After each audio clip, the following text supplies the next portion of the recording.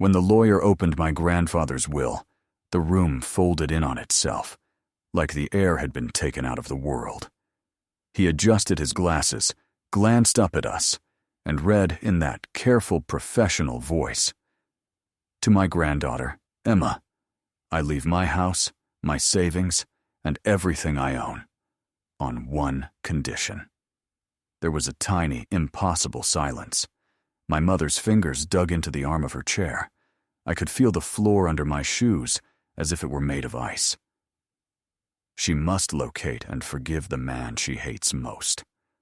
The phrase hung there, ridiculous and terrible at the same time. Forgive the man I hated. Forgive my stepfather. I remember the exact second the color left my face. Everyone else in the room looked calm, like they had rehearsed how to receive surprise. I had not. The loud tick of the grandfather clock in the office finally felt like treachery. Every tick saying, "Another second for me to lose my composure." When Mark first walked through our door, I was 7. He came with a battered toolbox and a smell of motor oil and peppermint gum. He had this way of making things work, and when he smiled at me, the whole house felt warmer. He showed me how to hammer without smashing my thumb, and later, how to steady my bike so I wouldn't fall. He called me kiddo. He called my mom by a name that made her laugh in a way I hadn't heard before. For a while, we were the kind of family in postcards, practical jokes, pancakes on Sundays, scrambled eggs served with a wink. Then one night, when I was 12, he was gone. There was a missing place at the table, a pair of boots that weren't where they should be, and a dozen unanswered questions. My mom cried so much I began to measure time by her quiets and her sobs. Grandpa went from being gruff to downright ferocious. He told stories that turned into accusations. He took advantage, Grandpa said. He lied to us. I chose loyalty. I chose Grandpa. I chose a story that made sense because one that didn't would have broken me. Weeks later, at Grandpa's house, after the funeral and the flowers, I sat at his old wooden table with the sun cutting stripes across the grain. I sifted through boxes of paper like a detective who had read too many detective novels. There was a neatness to the way Grandpa organized grief, a place for every receipt, a place for every ribbon, like he could file away sorrow into labeled drawers. I found an envelope with my name on it. Grandpa's handwriting, the letters tilted, the ink faded where he lifted his pen.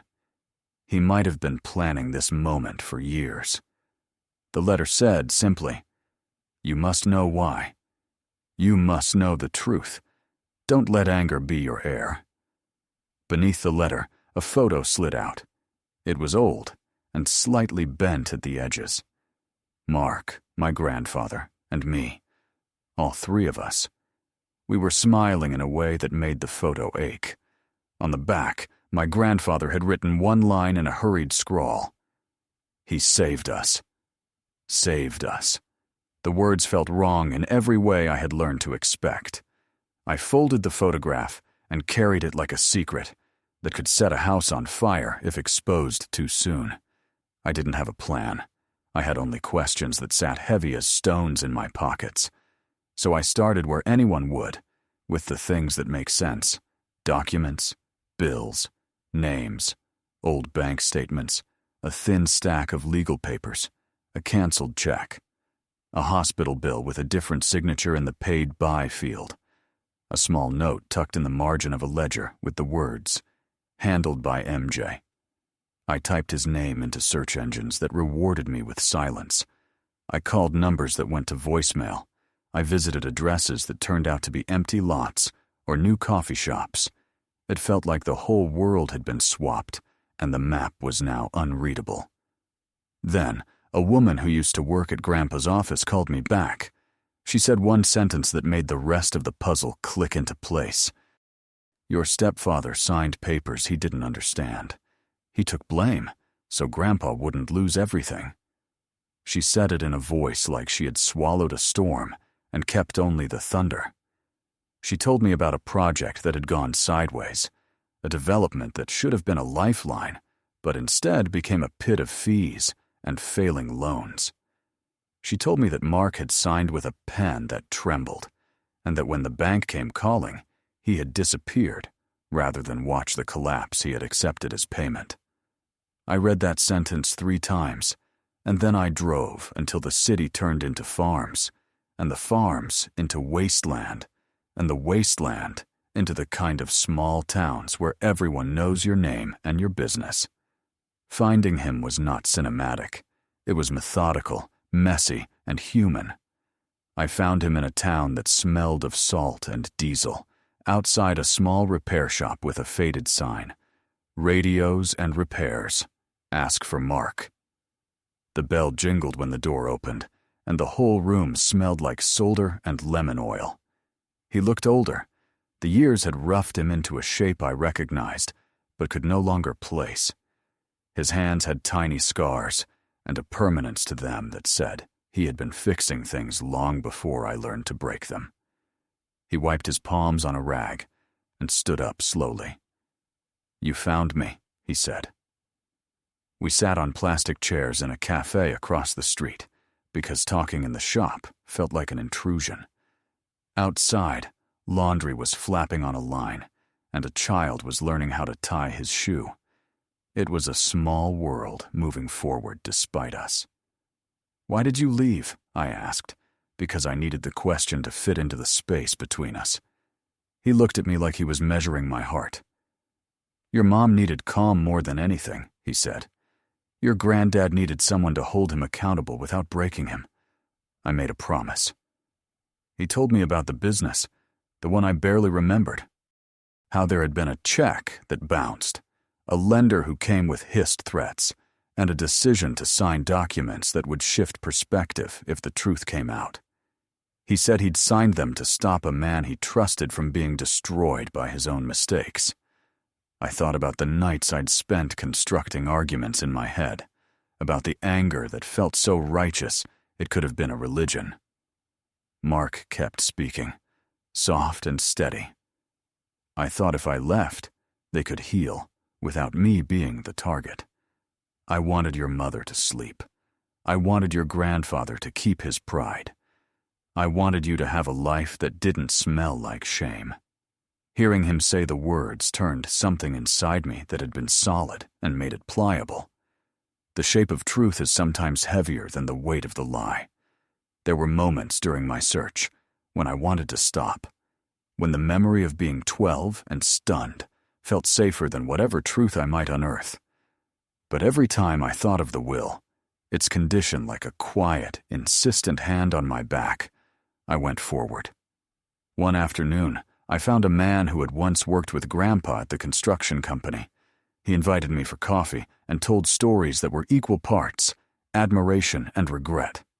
He told me about the day Mark stayed late, the phone calls that came after, and the envelope of cash that had been slid across a table to men who collected debts. "You need to hear this," he said. "He paid them more than money. He paid them in silence." He had a folder of photocopied pages. There, in black and white, were signatures and deposit slips and a bank transfer where the sender's name was obscured by a stamp. The man looked me straight in the eye. "Do you forgive him?" he asked. At the time, I didn't even know. Forgiveness felt like a thing I was not allowed to have because I had built my identity around the absence. When I finally sat across from Mark in his tiny kitchen, the radio on the counter played a song I used to hum to myself when I was small. The kettle whistled, and my hands perched at the edge of a cup like 2 birds. We talked about everything, the small things first. A joke he remembered about my hair, the way Grandpa used to throw his head back when he laughed. Then we let the heavier things in like they were guests who refused to leave. He reached into his pocket and pulled out a small, folded paper. "Your grandfather gave this to me before he died," he said. "He said, if you can't go back, then take care of what's left." It was a list of names. Names of people who had been paid, names of accounts that had been cleared, names of things that had been hidden so the public would never know. The handwriting was my grandfather's. At the bottom, scribbled in a rush, were the words, "Forgiveness, so the house stands." We sat in the hush of a kitchen that had learned how to forgive in silence. I asked the question that had felt like an accusation for years, and oddly, now felt like the opposite. "Did you ever want to come back?" He stared out the window, seeing things I couldn't. "Every day," he said. "But coming back would have been a spectacle. Pride is a terrible enemy. Your grandfather told me to walk away. He begged me to let him protect what he could not forgive himself for." There was a pause where nothing moved. Then he said quietly, "If I had stayed, I feared the people I loved would be destroyed by my presence." The forgiveness I gave him wasn't an exclamation. It wasn't fireworks or a dramatic song. It was a small unhooking, a loosening of the grip I had on that older story. I forgave him because the truth was heavier than my anger, and because holding hatred had left me tired. When I returned to the house that came with the condition, the rooms felt different. Not because the furniture had changed, but because the air had. It moved.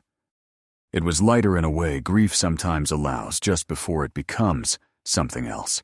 I read my grandfather's last notes again. There was one line I had missed before, written on a scrap tucked inside a book of poems. "Leave the house to her. She will need more than money. She will need the lesson." I put that note in my pocket and walked to the window. The street below was busy with lives not yet complicated by our small, private history. A woman walked a dog. 2 teenagers argued about music. A child chased a paper airplane. Understanding doesn't fix everything. It doesn't even level the old hurts. But it reshapes them. It makes you lighter sometimes. Months later, I found Mark again, this time to tell him I had put the apartment into my name and that I planned to renovate the old garden. I wanted to create something that would be a place for people to stand without having to make bargains with their pasts. He laughed, a sound that was small and honest. "Make the treehouse safe," he said. "If you build one, bring a hammer. I'll teach you again." I thought about the girl who had learned to ride a bike being told, "If you fall, look forward." I thought about how full of forwardness living can be when you let it be. We walked the garden together once, measuring where a bench might go. He told me stories about the house, small human things. And for the first time in a long time, I let those stories be mine too. On the day I finally signed the papers that made everything official, the lawyer looked at me and said softly, "Your grandfather wanted this to matter." I nodded.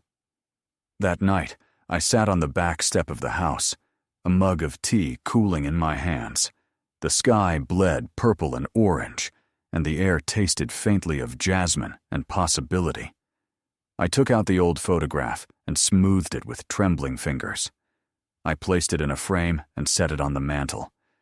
The 3 of us, in frozen silver, looked out over a room that had somehow made room for more than one truth.